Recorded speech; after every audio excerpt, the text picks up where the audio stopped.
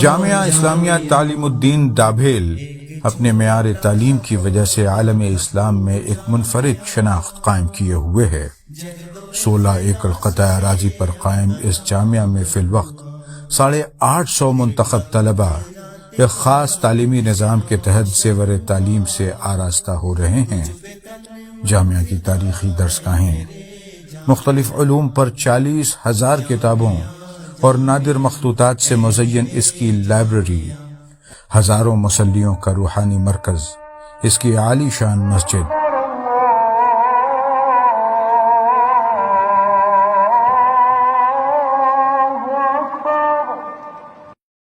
عالمی معیار سے مطابقت رکھتے اس کے ہاسٹلز، ہائیجین کا خاص خیال کر کے تینوں وقت کھانا تیار کرتا اس کا کچن اور وسیع ڈائننگ ہال، یہ ساری سہولیات جامعہ کے طلبہ کو یکسو ہو کر صرف حصول تعلیم پر توجہ مرکوز کرنے میں اہم کردار ادا کرتی ہیں۔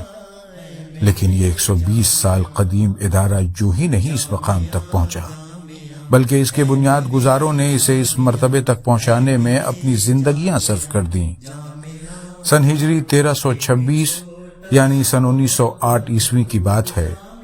معروف عالم دین مولانا احمد حسن بھام سملکی رحمۃ اللہ علیہ نے اس مکتب کو جو آپ نے اپنے مکان میں شروع کیا تھا، طلبہ کی بڑھتی تعداد کی وجہ سے سملک کی مسجد میں منتقل کیا اور اس کا نام مدرسہ تعلیم الدین رکھا۔ 2 برسوں میں ہی جب مسجد کی جگہ بھی ناکافی ثابت ہونے لگی تو سملک سے متصل ڈابھیل کی عیدگاہ کے سامنے یعنی موجودہ جگہ معروف مجاہد آزادی مولانا محمد علی جوہر کی خصوصی دلچسپی سے حاصل کی، جو اس وقت برطانیہ سے پڑھائی مکمل کرنے کے بعد ہندوستان لوٹنے پر کچھ برسوں کے لیے بڑودہ اسٹیٹ کے نوساری شہر میں بطور نائب صوبے دار تعینات تھے۔ اس نئی جگہ پر تعمیراتی کاموں کے سلسلے میں مطلوبہ فنڈ کی فراہمی کے لیے حضرت مولانا احمد حسن بھام ساؤتھ افریقہ تشریف لے گئے، جہاں متمول گجراتی مسلمانوں کی کثیر تعداد آباد تھی۔ شومی قسمت کہ اسی دوران ساؤتھ افریقہ میں طاعون جیسی مہلک وبا پھیل گئی اور مولانا اس کا شکار ہو گئے۔ سن 1918 میں محض 41 برس کی عمر میں آپ مدرسہ تعلیم الدین کی ترقی کی راہ میں شہید ہو گئے۔ آپ کے بعد مدرسے کو سنبھالنے کے لیے نظر انتخاب اسی سرزمین کی علمی شخصیت مولانا احمد بزرگ سملکی رحمۃ اللہ علیہ پر پڑی، جو ان دنوں مفتی اعظم رنگون کے عہدہ جلیلہ پر فائز تھے۔ مولانا احمد بزرگ سملکی مولانا احمد حسن بھام کے ہم نام ہی نہیں، ہم سبق بھی تھے، اس لیے آپ نے اس ذمہ داری کو بخوشی قبول کر لیا۔ آپ کے آنے کے بعد مدرسہ تعلیم الدین میں تعمیر و ترقی کے ایک نئے دور کا آغاز ہوا۔ مدرسہ اپنے طور پر جاری ہی تھا کہ دارالعلوم دیوبند میں انتظامی امور پر کچھ اختلافات کی وجہ سے امام العصر حضرت مولانا سید انور شاہ کشمیری رحمۃ اللہ علیہ اور دیگر جید علماء نے دارالعلوم دیوبند سے علیحدگی کا فیصلہ کیا۔ بزرگوں کے اس اختلاف نے مدرسہ تعلیم الدین کے مقدر کو چمکا دیا، اس لیے کہ شاہ صاحب نے اپنے رفقا اور دارالعلوم دیوبند کے 200 طلبہ کے ہمراہ مدرسہ تعلیم الدین ڈابھیل سے وابستہ ہونے کا فیصلہ کیا۔ اس قافلہ انوری کے ڈابھیل پہنچتے ہی مدرسہ تعلیم الدین جامعہ اسلامیہ تعلیم الدین بن گیا۔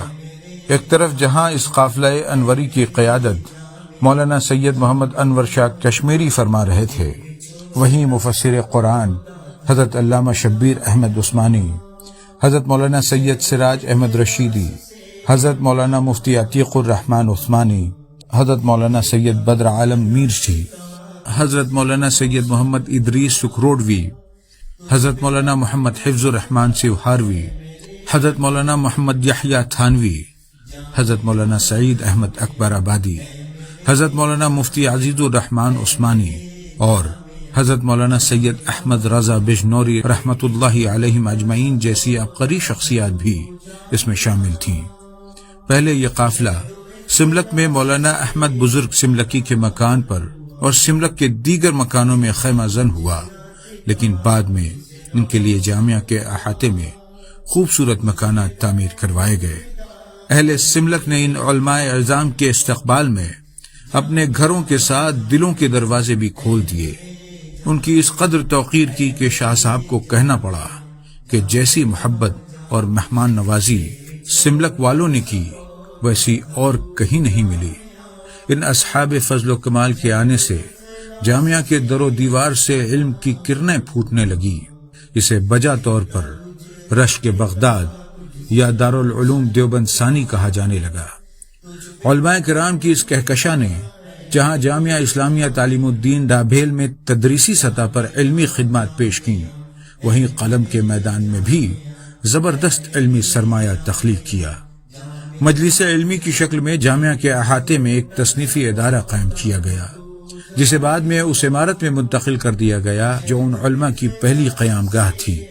شاہ صاحب کی بیشتر اہم کتابیں یہیں سے شائع ہوئی۔ فیض الباری شرح بخاری، العرف الشاذی، فصل الخطاب فی مسألۃ ام الکتاب، التصریف بما تواتر فی نزول المسیح جیسی کتابیں یہیں سے شائع ہوئی۔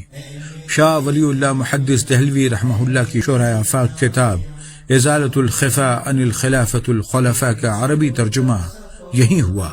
مجلس علمی کے اخراجات کی جملہ ذمہ داریاں مولانا محمد میاں سملکی اور ان کے بعد ان کے اہل خانہ نے اٹھائی۔ مولانا میاں محمد سملکی مولانا انور شاہ کشمیری کے وہی شاگرد ہیں جن کی شادی کی دعوت پر سب سے پہلے آپ سملک تشریف لائے تھے۔ اسی دوران ایسے واقعات پیش آئے جن سے جنگ آزادی میں جامعہ اسلامیہ تعلیم الدین ڈابھیل کا شاندار کردار بھی سامنے آتا ہے۔ سن 1930 میں نمک کے قانون کے خلاف گاندھی جی نے سابرمتی آشرم سے ڈانڈی کے ساحل تک ڈانڈی مارچ کا فیصلہ کیا۔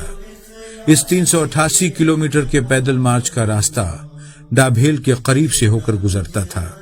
چنانچہ 3 اپریل 1930 کو جب یہ قافلہ کفلیتا پہنچا تو مولانا عبدالحی کو مولانا احمد بزرگ سملکی اور شاہ صاحب کے حکم پر جامعہ کے طلبہ کے ہمراہ گاندھی جی کا استقبال کرنے کے لیے بھیجا گیا، اور اس تحریک کی حمایت کے مکتوب کے ساتھ ساتھ اس میں ہو رہے مصارف کے لیے ڈابھیل اور سملک کے مسلمانوں کی جانب سے 51 روپے کا چندہ بھی پیش کیا گیا، جو برادران وطن کے چندے سے دگنا تھا۔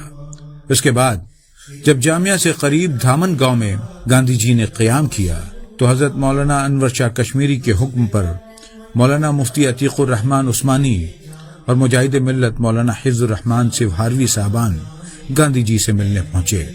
گاندھی جی نے اس وفد کا خیر مقدم کیا اور دوران گفتگو ان سے پوچھا کہ میں نے سنا ہے کہ پیغمبر اسلام صلی اللہ علیہ وسلم نے فرمایا ہے کہ پانی، نمک اور گھاس پر ٹیکس لگانا منع ہے، تو جواب میں انہوں نے تصدیق کی، جس پر گاندھی جی نے ان سے درخواست کی کیا یہ بات تحریری شکل میں مل سکتی ہے۔ ان علماء نے حامی بھر لی اور دوسرے دن اس ضمن کی احادیث حوالے کے ساتھ لکھ کر گاندھی جی کو پیش کی۔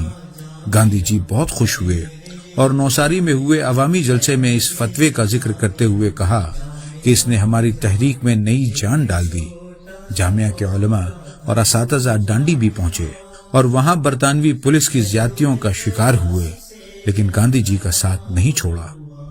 اسی طرح کسانوں پر عائد ظالمانہ ٹیکس کی عدم ادائیگی کے عوض برٹش سرکار کسانوں کی جائیداد ضبط کر کے اسے کوڑیوں کے بھاؤ نیلام کرتی اور اس سے اپنا ٹیکس وصول کرتی۔ سردار ولبھ بھائی پٹیل نے اس کے خلاف ایک تحریک چھیڑی اور لوگوں کو اس نیلامی میں حصہ لینے سے منع کیا۔ چنانچہ پارٹی دار سماج کے لوگوں نے جامعہ اسلامیہ ڈابھیل سے فتویٰ طلب کیا کہ کیا اس طرح کی نیلامی میں زمین جائیداد کی خریدی اسلام میں جائز ہے۔ اس ضمن میں مولانا مفتی عتیق الرحمن عثمانی رحمہ اللہ نے انتہائی جرأت کے ساتھ فتویٰ صادر کیا کہ ایسا کرنا کسی مسلمان کے لیے شرعاً جائز نہیں۔ یہی نہیں بلکہ اس کے اخیر میں آپ نے لکھا کہ تمام باغیرت مسلمانوں کا فریضہ ہے کہ اس قسم کی نیلامی میں شریک ہونے، بولی لگانے اور خریداری سے بالکل الگ رہیں اور اپنی ایمانی قوت سے ثابت کر دیں کہ مذہب اسلام کی پاکیزہ تعلیمات کسی حال میں اس بے غیرتی کی اجازت نہیں دیتی۔ اسی اثنا میں مولانا اسماعیل نانا نے اس فتوے کا گجراتی زبان میں ترجمہ کر کے اس کی ہزاروں کاپیاں تقسیم کروا دیں۔ اس سے فرنگی حکومت چراغ پا ہو گئی اور جس پریس سے یہ چھپا تھا اسے ضبط کر لیا۔ اس کام میں ملوث پائے گئے افراد کو جیل بھیج دیا۔